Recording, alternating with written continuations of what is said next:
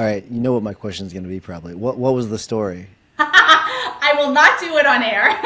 Okay. All right. No, so I use. I mean, it was an extremely painful. I'll give you the highlight version.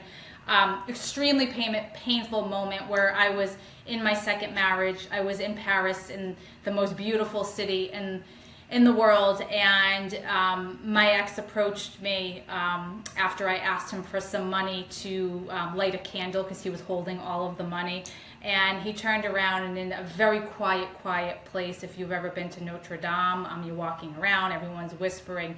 He calls me a name that you don't that begins with a C. I won't use it for Whoa. purposes, so you don't have to Whoa. use your explicit, right?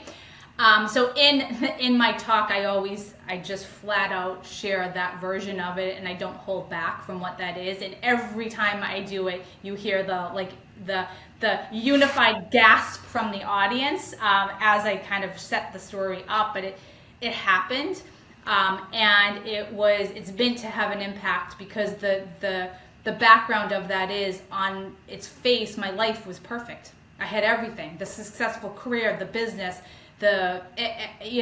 everything looked like it was really good, but behind closed doors I was broken, and I was slowly being torn down day by day by day, and that was the moment for me that I knew I had to make a major decision. I could, no matter how painful it was, no matter how much shame I had to make that decision, because I would not recognize myself a year from now if I stayed in that.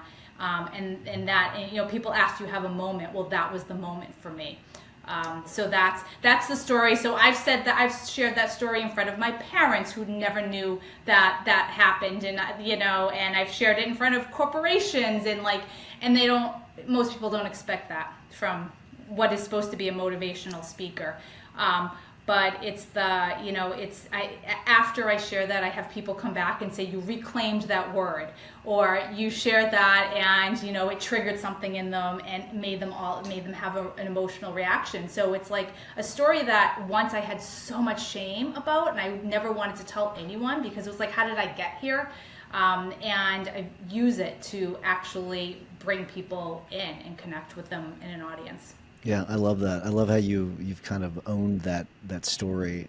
That's really good. So thanks for sharing. I Of course. not to put you on the spot too much, but Yeah, you did. yeah, That's so okay.